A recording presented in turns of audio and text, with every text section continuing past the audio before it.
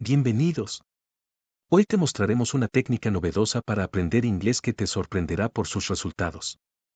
Si te gusta lo que ves, no olvides suscribirte, dar like y compartir tu opinión en los comentarios. Empecemos. The bee and the stubborn beetle. You are in a garden full of colors. Flowers of all sizes and shapes are spread out around you. The air smells of sweet nectar and the sun gently caresses the leaves. It is a place where life is felt in every corner. A little bee flies from flower to flower. She is a hard worker, always busy. Her name is Mel. Mel is the fastest in her hive, always looking for the best pollen to make honey. She knows how important her work is. Every drop of honey she produces feeds her family. She is proud of what she does. One day, while Mel was collecting nectar, she saw something strange. A big, black beetle was pushing a little ball of mud.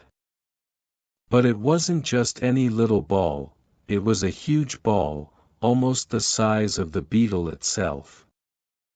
He was grunting and snorting, but he didn't stop. His name was Tor. Mel came over and said kindly, "Hello, Tor. Why are you pushing that big ball? It seems very heavy." Tor, still pushing, replied, "This is my ball. I made it. And I'm going to carry it where I want. No one tells me what to do." Mel looked at the ball. It was covered in mud and didn't seem to have much value. "Are you sure you need to carry it?" Mel asked curiously. Tor paused for a moment and looked at Mel with disdain. "I don't care if it's heavy or useless. It's mine. And no one will tell me to leave it." Mel thought for a moment. Then, softly, he said, "I understand. But aren't you tired of pushing something that doesn't bring you happiness? I collect nectar because I love making honey. My work makes me happy and helps others." Tor snorted. "Happiness, bah. I don't need happiness. I just need my ball. And enough with the lectures." Mel smiled. He knew he couldn't change the stubborn beetle's mind. So he decided to continue his work. As he walked away, Mel looked back and saw Tor still struggling with his ball. But as he pushed, the ball got stuck between two large stones. Tor tried again and again to move it, but he couldn't. He grunted, pushed, and got angry, but the ball wouldn't budge. Mel watched him from a distance, sadly. She knew Tor could ask for help, but he was too stubborn to do so. What would you do if you were in Tor's place? Would you keep pushing the ball, or would you find another way to be happy? Tor kept trying to move his ball, but nothing changed. The sun was beginning to set, and the shadow of the stones was lengthening over him. The beetle was tired, but his pride was stronger than his tiredness. Meanwhile, Mel continued to collect nectar, enjoying the soft buzz of his wings and the sweet scent of the flowers. But in his mind, he couldn't stop thinking about Tor, stuck with his ball. Finally, he decided to go back to see if he could help. Upon arriving, Mel found Tor panting, his gaze fixed on the stuck ball. He gently approached him and said, "Tor, I know you're strong and you appreciate what you've done. But sometimes, asking for help doesn't mean being weak. Maybe, if we work together, we could find a solution. Tor, still angry, was silent for a moment. His paws were tired, and deep down, he knew that no matter how hard he pushed, the ball wouldn't move. But the idea of asking for help was new to him. How could he accept help from a simple bee? "And what would you gain by helping me?" he finally asked, his tone a mixture of curiosity and defiance. Mel smiled, soft and warm. "Sometimes, helping others helps us ourselves too. I don't do it for the sake of gaining something. I do it because I know we all need a helping hand from time to time." Tor, his stubbornness weakened by exhaustion, sighed. "Okay, B. Maybe together we can move this damn ball."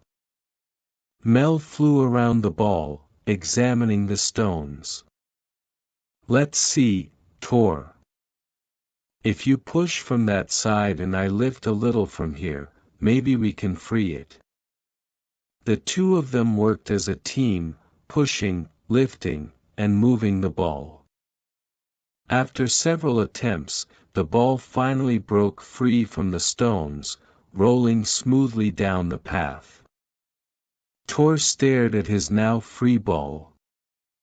But, something inside him had changed. He felt a strange mix of relief and confusion. "Thank you, Mel," he murmured, though his words were new and somewhat uncomfortable for him. Mel, with a smile, simply replied, "You're welcome, Tor.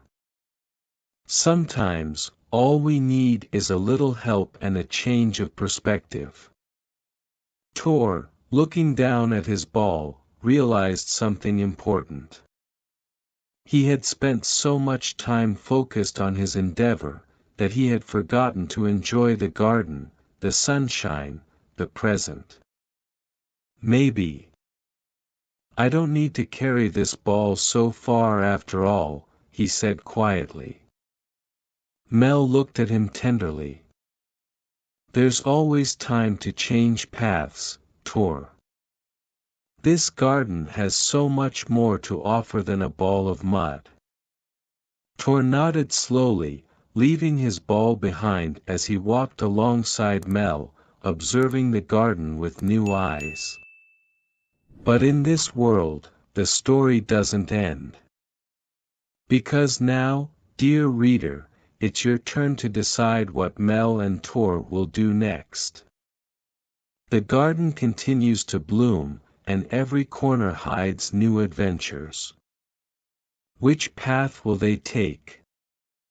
What will they discover together?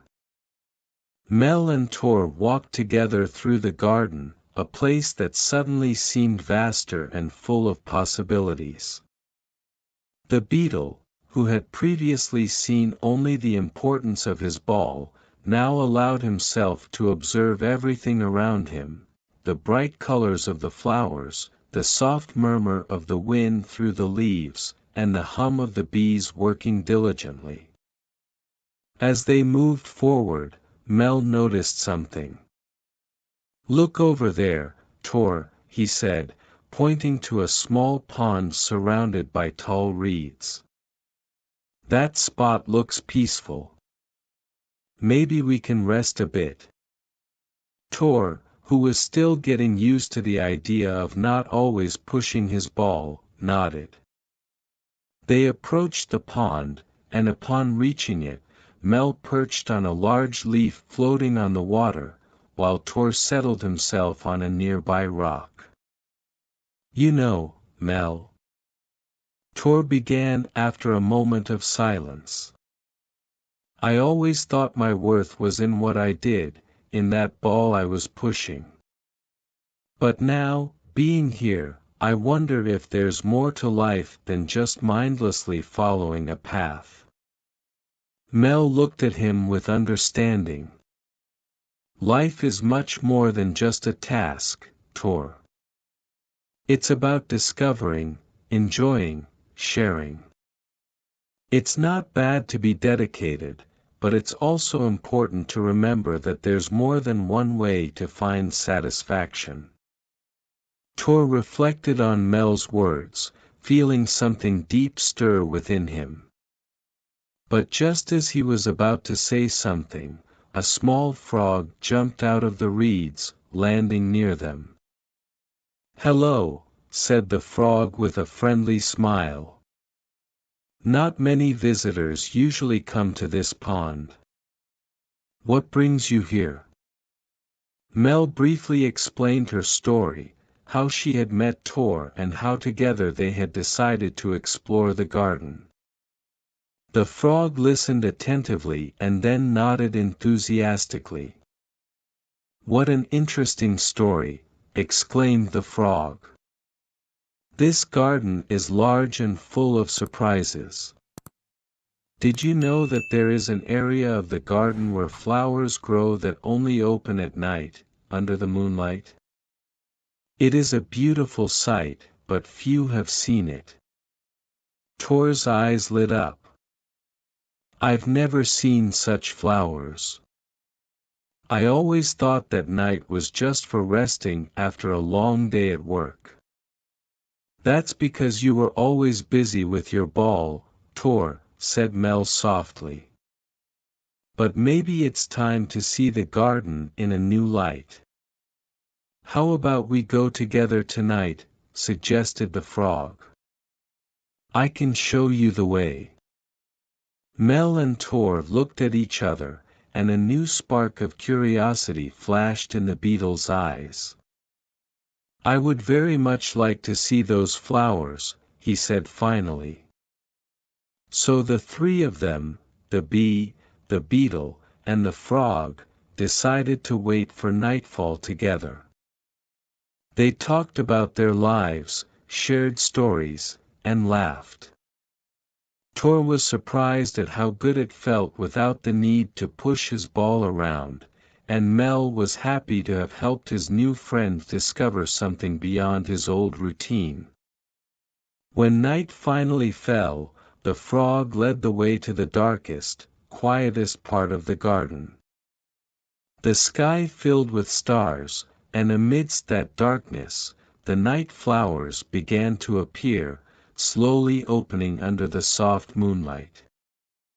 It was a sight of quiet beauty, and Tor was speechless, watching the flowers glow with a soft, almost magical glow. But this is where the story needs you again, dear reader. Because even though Tor, Mel, and the frog have discovered something new, the garden is vast, and there are many more adventures ahead.